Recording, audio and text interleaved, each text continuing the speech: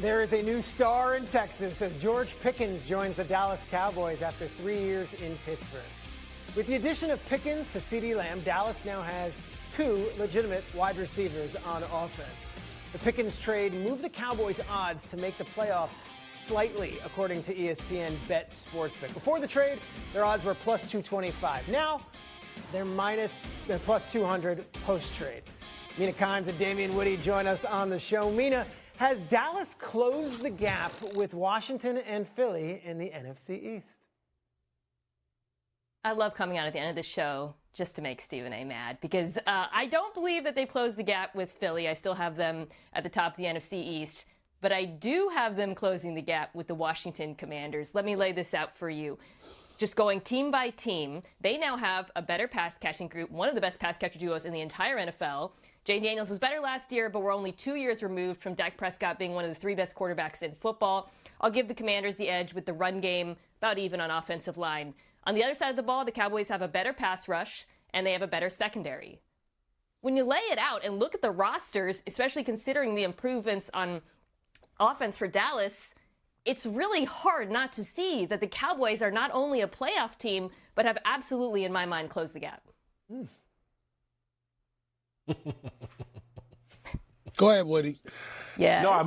No, Mina's right. Like if you stack the rosters, the Dallas Cowboys have absolutely closed the gap with the Washington Commanders. I think the biggest difference is Jayden Daniels.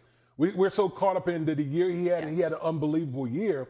But I think anyone who watches Commanders, especially when they played against the Philadelphia Eagles, saw all of the deficiencies that the Commanders have. Obviously, they've addressed some of it with the offensive line, adding to that group. Obviously, bringing Deebo Samuel. We're going to find out how much Deebo Samuel had left in the tank.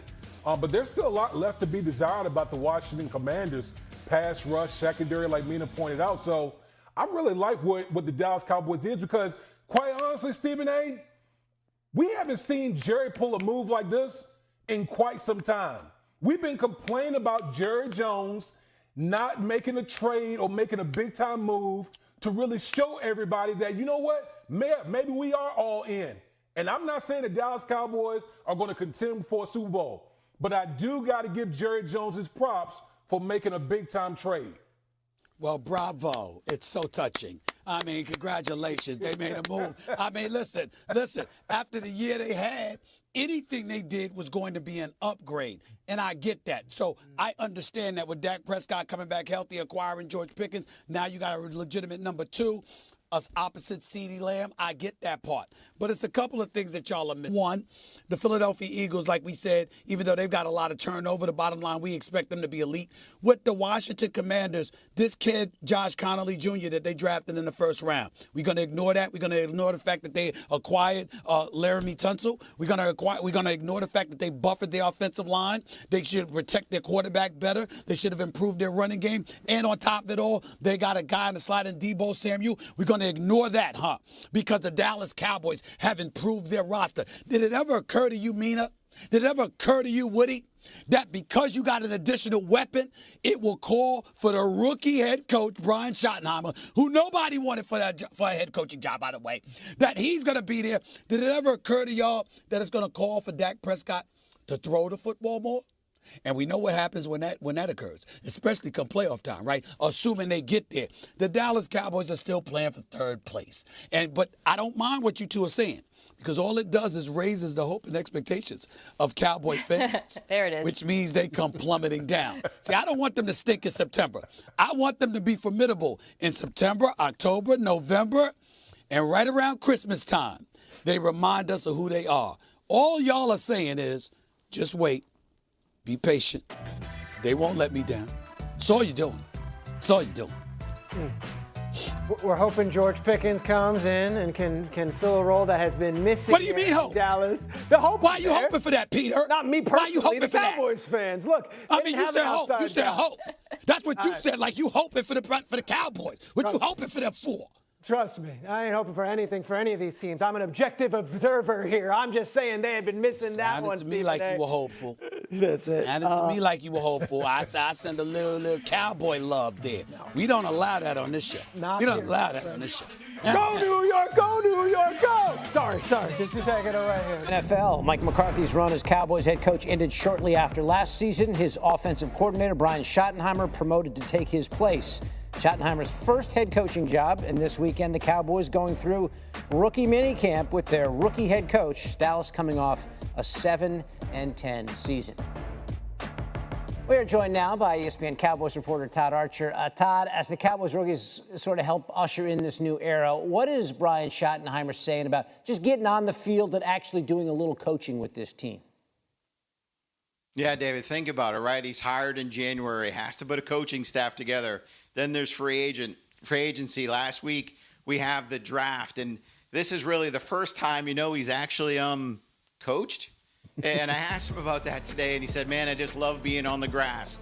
This is where he kind of loses himself. You're guiding players, connecting with players, teaching them the fundamentals, trying to get them better. And this has been a long time coming for Brian Schottenheimer, a long-time assistant coach.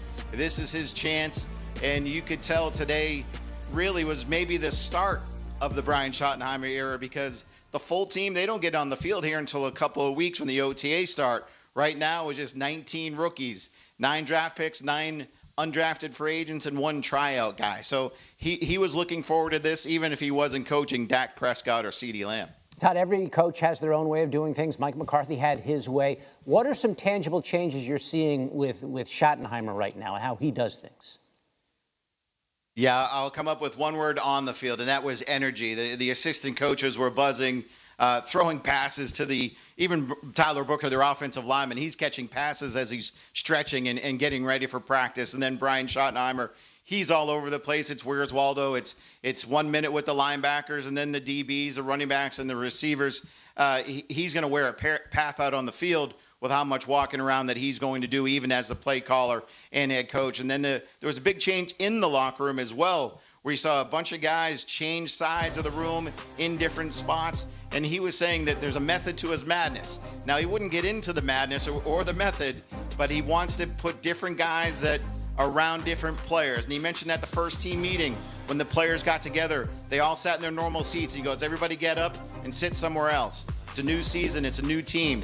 He wants to really generate the 2025 Cowboys. 2 guys next to each other here in the locker room now, Dak Prescott and Micah Parsons. And he said, you want your 2 best players next to each other because they're going to compete all day long. All right. Interesting approach, interesting philosophy. The Cowboys wrap up rookie minicamp Sunday. They begin OTAs on May 19th. Todd giving us a first look at this new regime in Big D. Ra là đắt tiền hơn. Xin chào tất cả mọi người đã quay trở lại với kênh của mình. Hôm nay mình sẽ tiếp tục hướng dẫn các bạn làm vòng. Và hôm nay của mình sẽ có chủ đề là cái chỗ đấy lắm hết chưa? cây keo. Còn 2 trái thì em không lấy. Ui Long ơi, ta vừa đi ra đến ngoài kia con Hiền nó bảo ta là ui sao mặt lắm mụn thế. Cái này con này Tao nó vừa bảo ta không? tao mẹ đâu. Nó bảo ta. Nó nhìn vào mẹ nó nói ta nó sẽ sói ta. Bố